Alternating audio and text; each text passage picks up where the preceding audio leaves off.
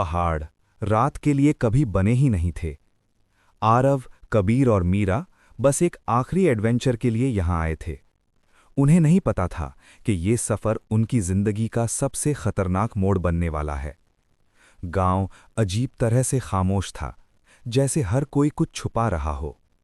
एक बूढ़े आदमी ने उन्हें रोका और सिर्फ एक बात कही, सूरज ढलने के बाद उस पहाड़ी रास्ते पर मत जाना, क्योंकि वहां कुछ चलता है।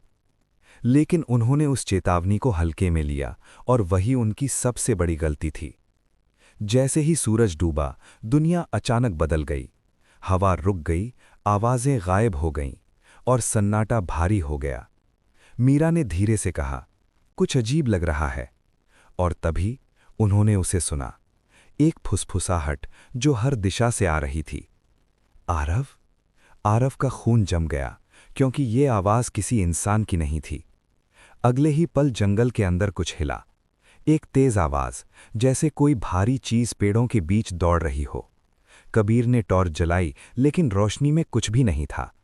सिर्फ जमीन पर गहरे, ताज़ा पैरों के निशान थे। अब डर हकीकत बन चुका था। उन्होंने भागने का फैसला किया, लेकिन रास्ता गायब हो चुका था। जहां से वो आए थे, वहां अब सिर्फ अंधेरा था और सामने एक संकरा रास्ता पहाड़ी की ओर जा रहा था।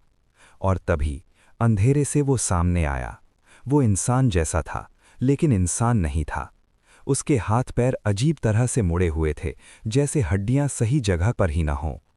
उसकी आंखें अंधेरे में भी चमक रही थीं। मीरा चिल्लाई, भागो! तीनों पूरी ताकत से दौड़ने लगे, लेकिन वो चीज़ उनसे भी तेज थी। वो दौड़ नहीं रही थी, वो रेंग रही थी, जैसे कोई शिकारी। अचानक कबीर गिर गया, जमीन पर जोर से। आरव, बचाओ! और जैसे ही आरव मुड़ा, वो चीज़ उनके बिल्कुल पास थी। उसकी आवाज़ अब साफ थी, यहीं रहो, हमेशा। मीरा ने तुरंत जलती हुई लकड़ी उठाई और उसकी तरफ फेंक दी। कुछ पल के लिए वो पीछे हट गया। आग, ये आग से डरता है, आरव चिल्लाया। उन्होंने जो भी जल सकता था उसे जला दिया, लेकिन वो भागा नहीं। वो बस उनके चारों ओर घूमने लगा, जैसे वो इंतजार कर रहा हो, सही समय का। घंटों बीत गए और आग धीरे धीरे बुझने लगी।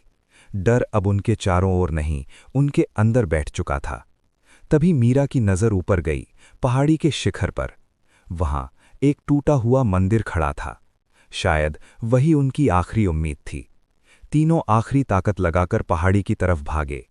पीछे वो चीज़ और तेज हो गई थी। कबीर लगभग गिर चुका था, लेकिन आरव ने उसे खींच लिया। और जैसे ही वो मंदिर के अंदर पहुंचे, हवा अचानक रुक गई। उस दीवार पर एक चमकता हुआ चिन्ह था, और जैसे ही वो उसके अंदर खड़े हुए, वो चीज़ रुक गई। उसकी चीखें अब सिर्फ गूंज बन चुकी थीं। सुबह होते ही वो गायब हो गया। लेकिन गांव वालों ने सच बता दिया, वो चीज़ मरी नहीं थी, बस बंधी हुई थी, और अब वो किसी को ढूंढ रही थी।